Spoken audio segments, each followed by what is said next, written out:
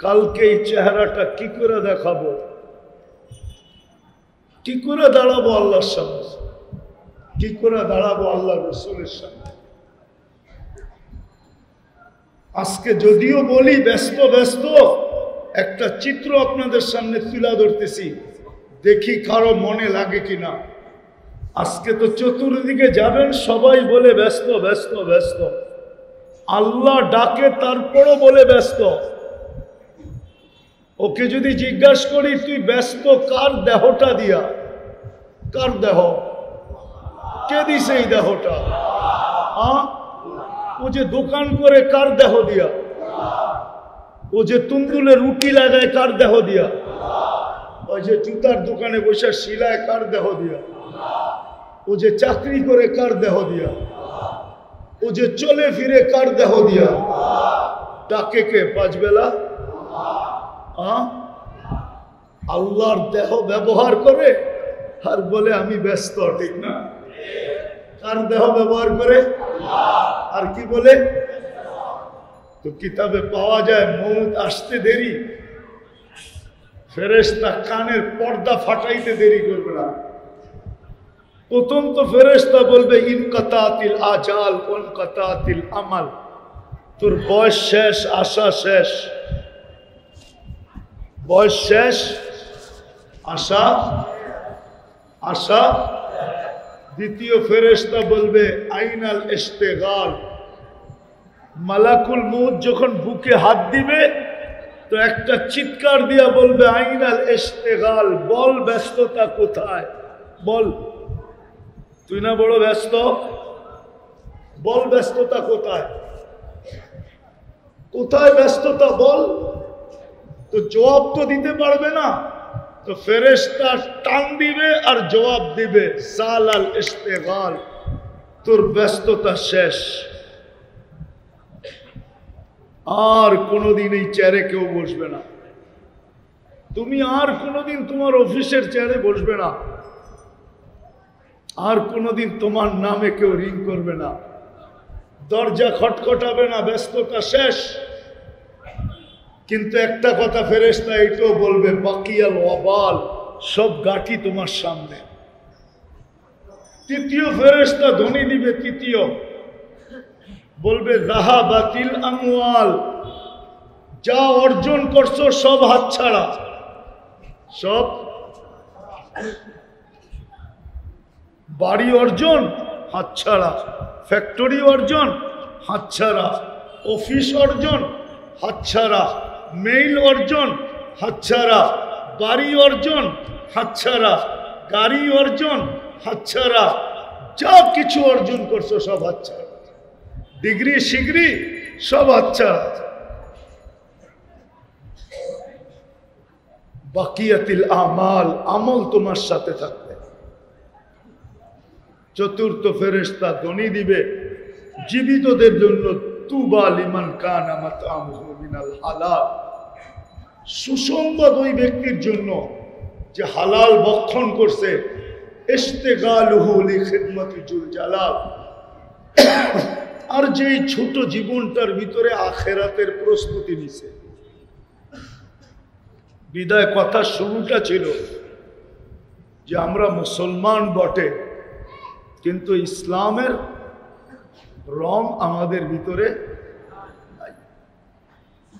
উম্মত বটে, কিন্তু আল্লাহর রসুলের আদর্শ আমাদের জীবনে নাই। একটু ভাবেন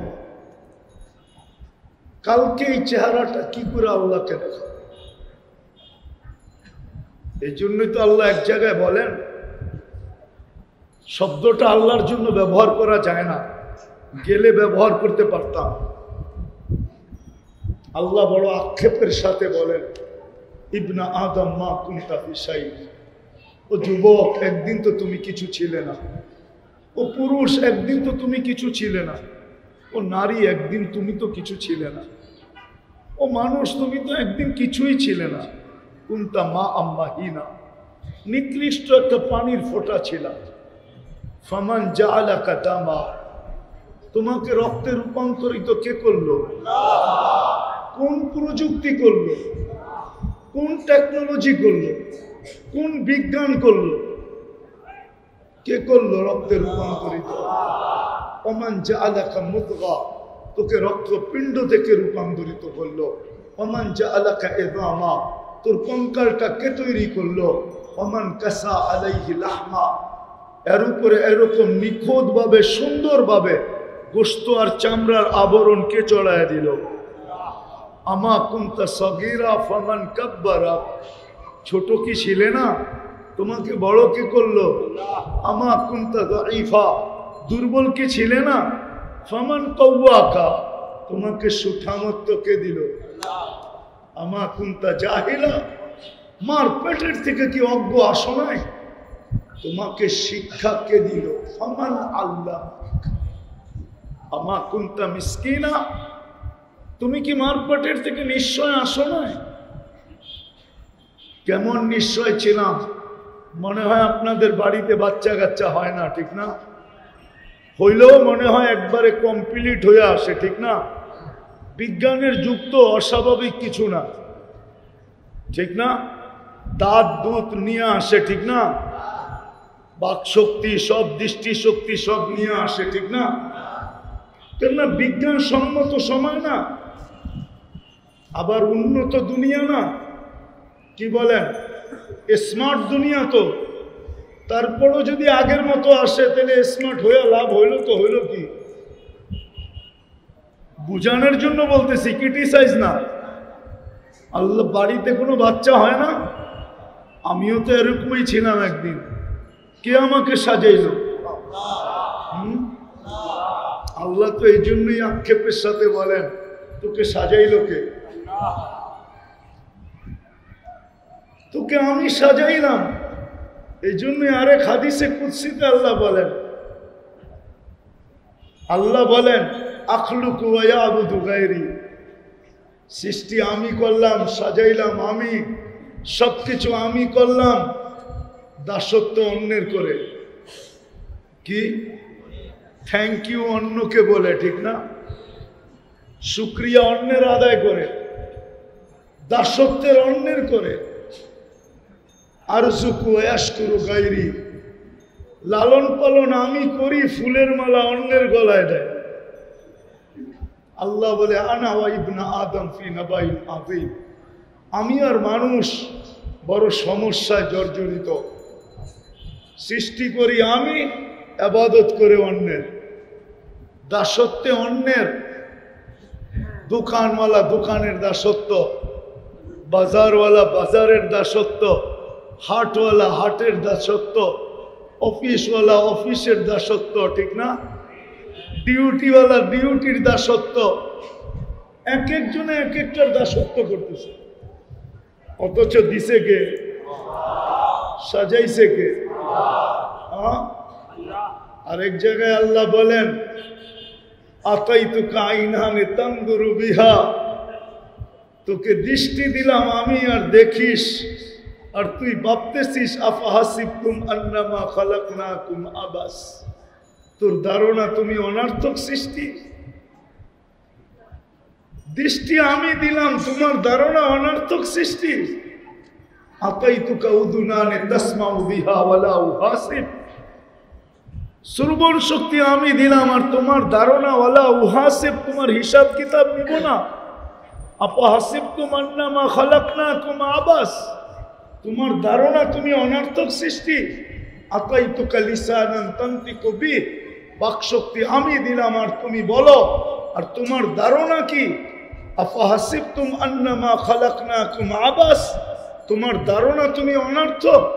আতাইতুকা আকলান তুমাইয়িজু বিহি, মগজ আমি দিলাম, মেধা আমি দিলাম, বিবেক আমি দিলাম, বুদ্ধি আমি দিলাম, তুমি ব্যবহার করো, আর তোমার ধারণা কি? আফাহাসিবতুম আন্নামা খালাকনাকুম আবাস, তোমার ধারণা তুমি অনার্থক সৃষ্টি।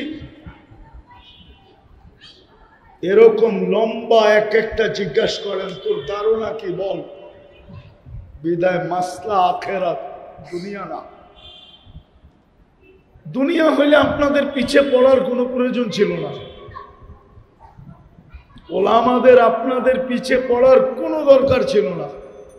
যদি মাসলা দুনিয়ার হতো, আখেরাতের না হতো, তাহলে আমাদের মতো আলেমরা জীবন যাপন করে নিত, নিজের ইবাদত চুপে চাপে নিজে কমপ্লিট করে ফেলতো, আপনাদের পিছে পড়ার কোনো প্রয়োজন ছিল না।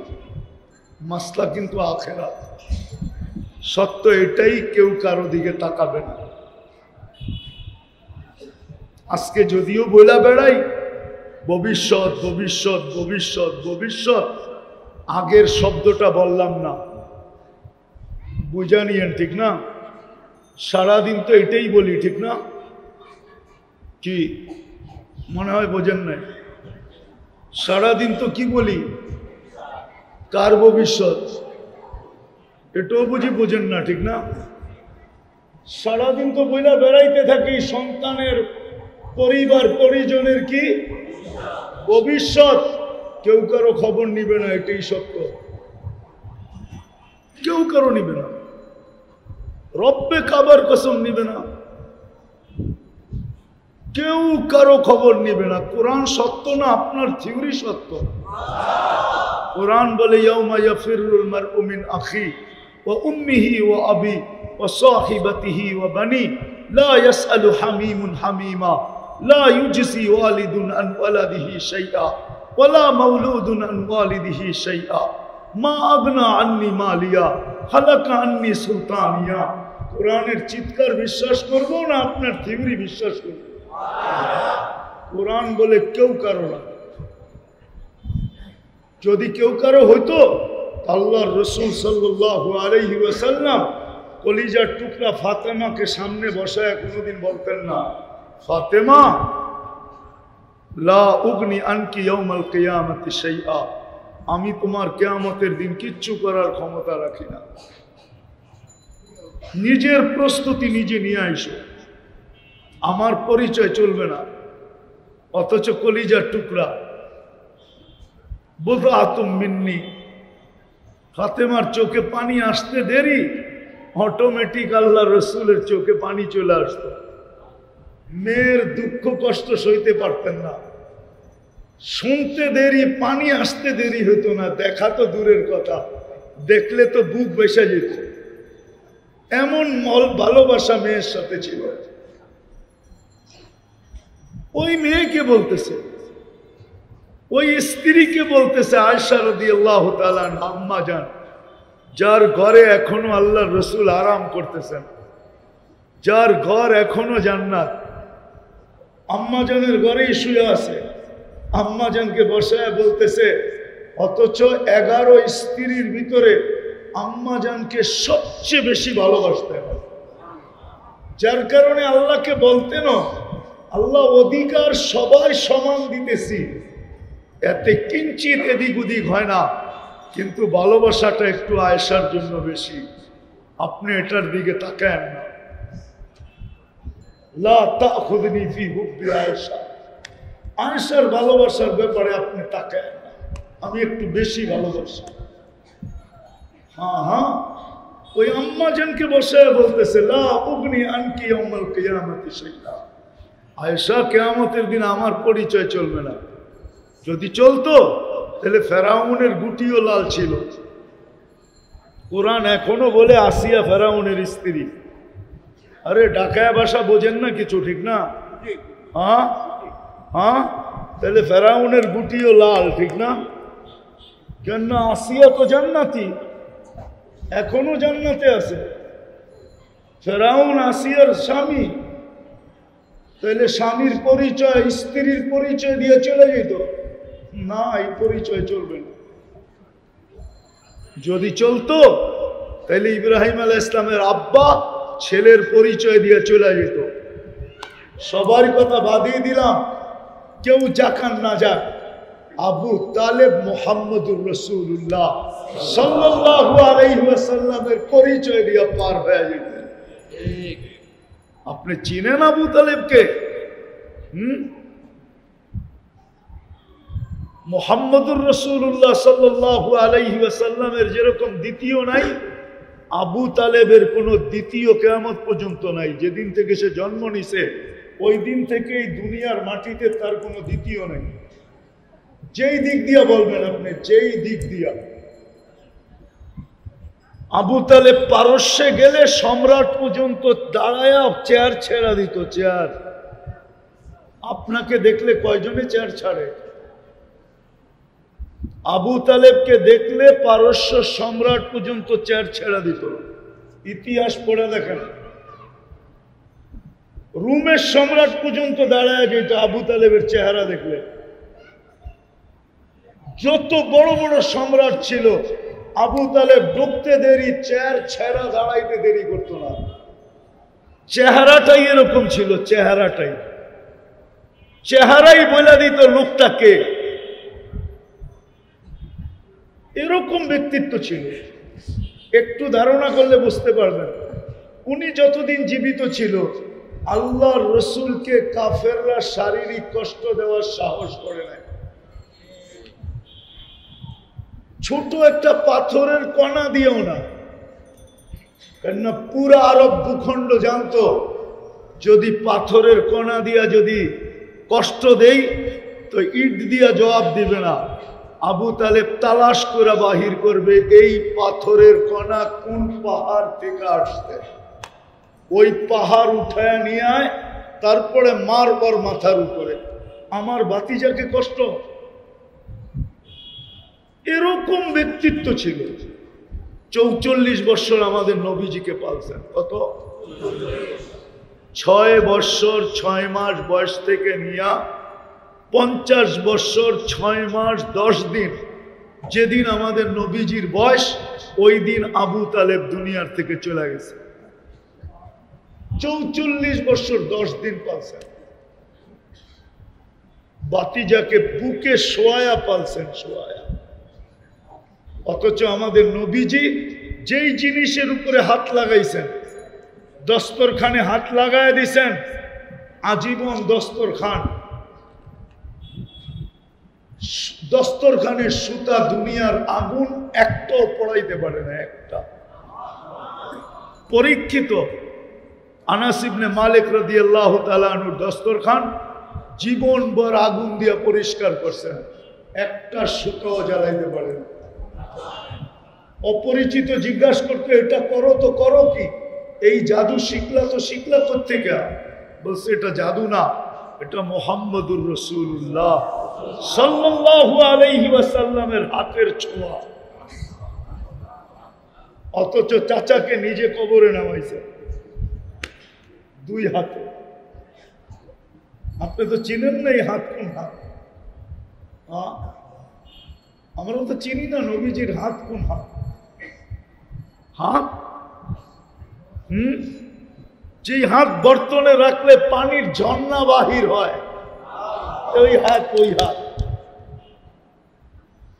যুদ্ধের ময়দানে পানি নাই তো বলছে বর্তন নিয়ে আসো। কতটুক আছে? বলে কুলি করা যাবে। বলে এটাই নিয়ে আসো। বর্তনের একটা হাত ঢুকায় দিয়েছেন, পানির ঝর্ণা 5 আঙ্গুল থেকে বাহির হতে শুরু করছে।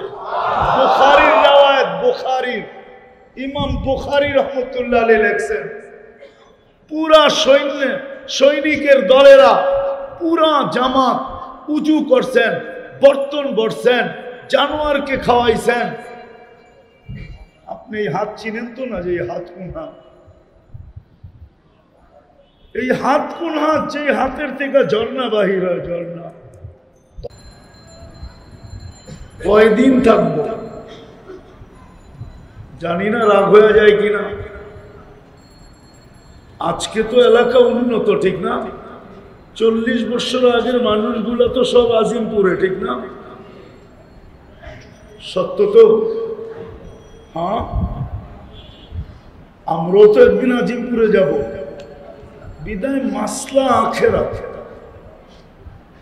এই জন্য বাবা উচিত যে কালকে এই চেহারাটা কি করে আল্লাহকে দেখাবো। মুসলমানের ঘরে তো আমি নিজে অস্তিত্ব নিলাম না, আমার সদ ইচ্ছায় তো মুসলমানের ঘরে অস্তিত্ব না, আল্লাহর ইচ্ছায় আমি মুসলমানের ঘরে। নাইলে আল্লাহ যদি চাইতেন তো আমাকে যেথায় খুশি তেথায় যে কোনো মানুষের ঘরে পাঠাইতে পারতেন। মুসলমানের ঘরে না দিয়া যেই কোথাও পাঠাইতে পারতেন। মুসলমানের ঘরে অস্তিত্ব কে দিছে? হ্যাঁ, সত্য এটাই, কোরআন হাদিস এটাই বলে, নুসিয়াত হাইবাতুল ইসলাম।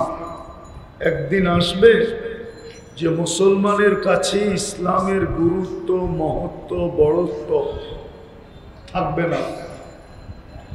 আজকে আমাদের কাছে ইসলামের বড়ত্ব, গুরুত্ব, মহত্ব আমাদের কাছে নাই। এই জন্যই হাদিস বলছিল একদিন আসবে নুজিয়াত মিনহা হাইবাতুল ইসলাম। ইসলামের গুরুত্ব, মহত্ব, বড়ত্ব মুসলমানদের কাছে লোপ পাবে। আজকে ওই দিনেই ইসলামের কোনো গুরুত্ব নেই। বাবে যদি পশ্চিমাদের স্টাইলে রঙিন হইতে পারি তাইলে মনে হয় বুকে লাগাবে, ঠিক না? আপনারা আমার চেয়ে দুনিয়া দেখেন না, রাগ হয় না কিন্তু। বসনিয়া আপনি মিডিয়ায় দেখছেন, আমি চোখে দেখছি। ফিলিস্তিন আপনি মিডিয়ায় দেখছেন, আমি 15 বছর আগে চোখে দেখে আসছি। দুনিয়ার কম দেশ তো দেখি নাই, 99টা দেখছি। আর সেঞ্চুরি পুরা করারটা পুরা প্রস্তুত হয়ে আছে, শুধু টিকিট কেটে উঠলেই হয়। আমি দুনিয়া দেখা বলতেছি। আমাদের সমাজ, যুবক, যুবতী, নারী, পুরুষ ভাবে যে পশ্চিমাদের স্টাইলে যদি আমরা রঙিন হতে পারি ওরা আমাদেরকে বুকে নিবে, বুকে। এটাই তো ভাবনা। নাইলে যুবক ওদের স্টাইলে চুল কাটবে কেন? 100 টাকার চুল 500 টাকা দিয়ে কাটে, ঈদের সময় 1000 টাকা দিয়ে কাটে। জিজ্ঞেস করে তাহলে 14 তারিখ কেন পালন করবে? আজ তো 12 তারিখ, কালকের পরের দিনই তো 14 তারিখ। ঢাকা শহর তো পুরা কি শাড়ি জানি, দূর মিয়া। আরে না, এটা কি হলুদ শাড়ি পরে ঘুরতে থাকবে কেন? মুসলমানের না মেয়ে ছেলে যাকে আল্লাহ মুসলমান হিসাবে অস্তিত্ব দিল, মুহাম্মদুর রাসূলুল্লাহ সাল্লাল্লাহু আলাইহি ওয়াসাল্লামের উম্মত বানাইলেন, যাকে আল্লাহ মুসলমানের ঘরে নিজে নির্বাচিত করলেন, নিজে স্বয়ং নিজে নির্বাচিত করলেন। আল্লাহ স্বয়ং নির্বাচিত করছে আমাদেরকে মুসলমানের ঘরে। আমরা কোনো দলের থেকে নির্বাচিত না, আমরা কোনো ব্যক্তির থেকে নির্বাচিত না, কোনো জনগণের হাতে নির্বাচিত না, কোনো সৃষ্টির হাতে নির্বাচিত না, স্বয়ং আল্লাহর কুদরতি হাতে নির্বাচিত, আল্লাহর পছন্দে নির্বাচিত আছে, আল্লাহর ইচ্ছায় নির্বাচিত আছে, আল্লাহর ভালোবাসায় নির্বাচিত আছে। আজকে যদিও নাকি ইচ্ছা স্বাধীনতা দিচ্ছেন বিদায়, যেমন খুশি তেমন চলতে পারতেছি, এই জন্য গায়ে কিন্তু বাতাস লাগে না। যুবক যুবকের স্টাইলে চলে, নারী নারীর স্টাইলে চলে, পুরুষ পুরুষের স্টাইলে চলে, প্রত্যেক ব্যক্তি নিজের স্টাইলে চলতেছে। কেননা আল্লাহ ইচ্ছা স্বাধীনতা দিচ্ছেন তো, এই জন্য কিচ্ছু বলেন না, শুধু অপেক্ষা করেন। না বেরুন কাইফা তা'মালুন, শুধু দেখতে থাকেন আপনি আর আমি করিটা কি। এটা কোরআনও বলতেছে, ইন্নী মাকুম মিনাল মুনতাযিরিন, আমি অপেক্ষায় আছি, তুমি সীমা রেখায় কখন পা দিবে। দিতে দেরি, আমরা এটা দেখব না অফিসটা তোমার না অন্যের। সিসি ক্যামেরা দাঁড়ালে, সিসি ক্যামেরা দাঁড়া, এটাকে কি বলে? সিসি ক্যামেরা লাগানো কি লাগানো না এটা দেখবো না, বাড়িটা তোমার কি তোমার না এটাও দেখবো না, যেখানে সীমানায় পা দিবে ওইখান থেকে উঠাবো। ইচ্ছা স্বাধীনতা দিয়ে শুধু অপেক্ষা করতেছে, যার কারণে কারো গায়ে বাতাস লাগে না। যুবক যৌবনের মতো, যুবকের মতো চলতে পারতেছে, নারী নারীর মতো, পুরুষ পুরুষের মতো, প্রত্যেক ব্যক্তি নিজের মন মতো চলতে পারতেছে।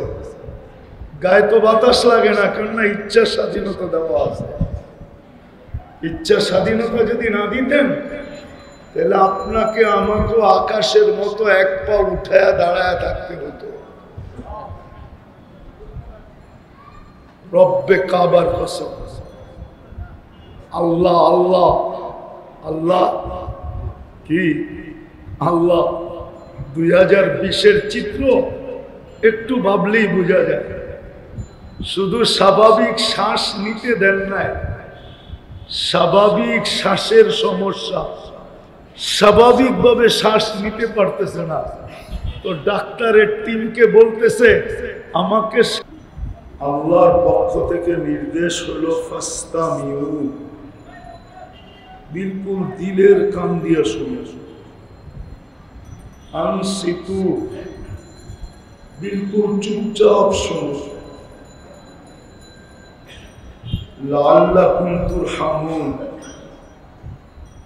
তাইলেই কিন্তু দ্বীনি কথার রং আমাদের দিলের ভিতরে লাগবে। আর যদি তা না হয় তো শুনতে শুনতে জীবন শেষ হয়ে যাবে, কিন্তু জীবনে দ্বীনি কথার কোনো রং লাগবে না। আজকে আমাদের সমাজে এটাই,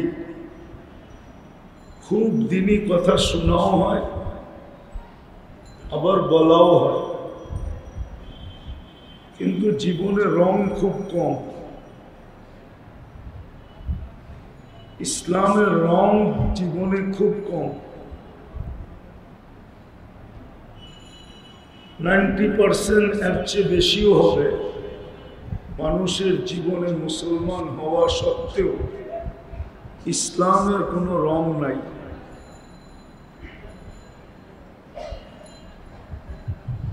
উম্মতে মুহাম্মদী হওয়া সত্ত্বেও নবীর আদর্শকে মনে প্রাণে জাগা দিছে, এরকম লোক শতকরা 10 জন হবে কিনা সন্দেহ। নবীর আদর্শকে যদি মনে প্রাণে জাগাই দিত তাইলে এই রোগ বাংলাদেশে হতো না।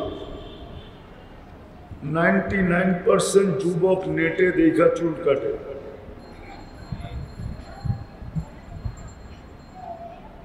মা বোনরা সাজগোজ নেটে দেখা করে,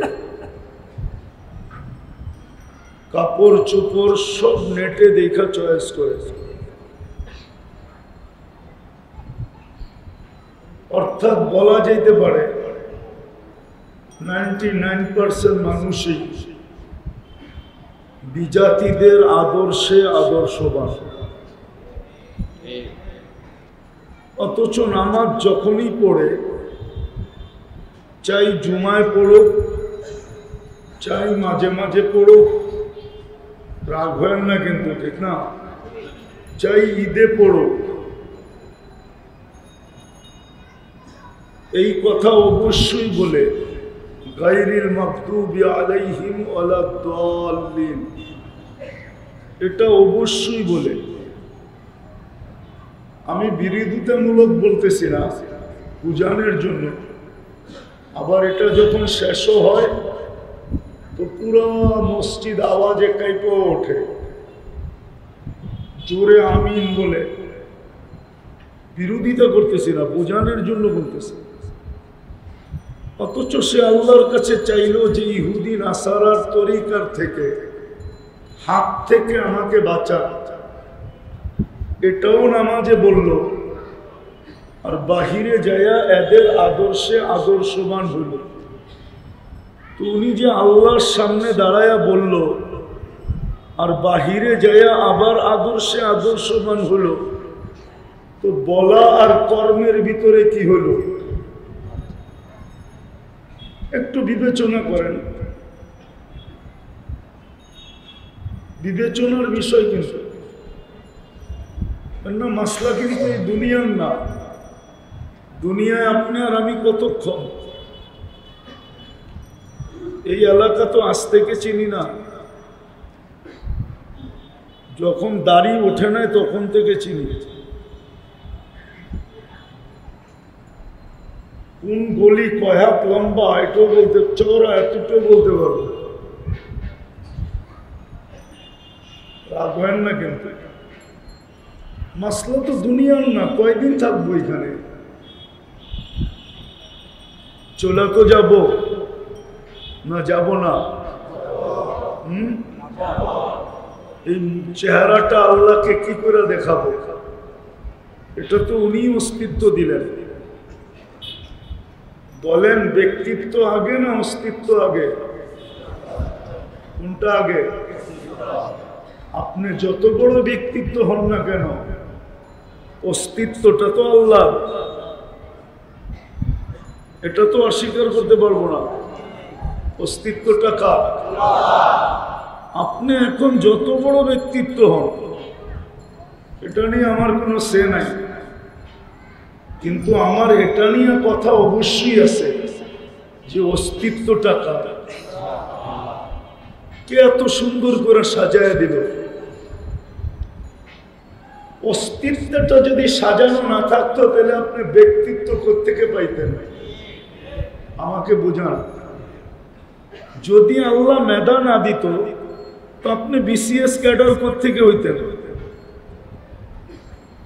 যদি আল্লাহ মেধা না দিত তো আপনি ডাক্তার কোত্থেকে হইতেন? যদি আল্লাহ মেধা না দিতেন তো আপনি ইঞ্জিনিয়ার কোত্থেকে হইতেন? যদি আল্লাহ মেধা না দিতেন তো আপনি ডক্টরেট কোত্থেকে করতেন? যদি আল্লাহ মেধা না দিতেন তো আপনি উকিল ব্যারিস্টার কি করে হইতেন? যদি আল্লাহ মেধা না দিতেন তো আপনি জজ কি করে হইতেন? যদি আল্লাহ মেধা না দিতেন তো আপনি উচ্চ উচ্চ শিক্ষিত কি করে হইতেন? বুঝান আমাকে। অস্তিত্বের ভিতরেই তো মেধার মেমোরি রাখা, ঠিক না? না এটা পড়ে যায় আমেরিকার থেকে লাগায় নিয়ে আসছে, কানাডা, অস্ট্রেলিয়া, জাপান, দুনিয়ার কোথাও থেকে না? তাহলে বাবা উচিত আমার ব্যক্তিত্ব যাই হোক, অস্তিত্বটা আল্লাহ। বেশি দিন থাকবো না এখানে।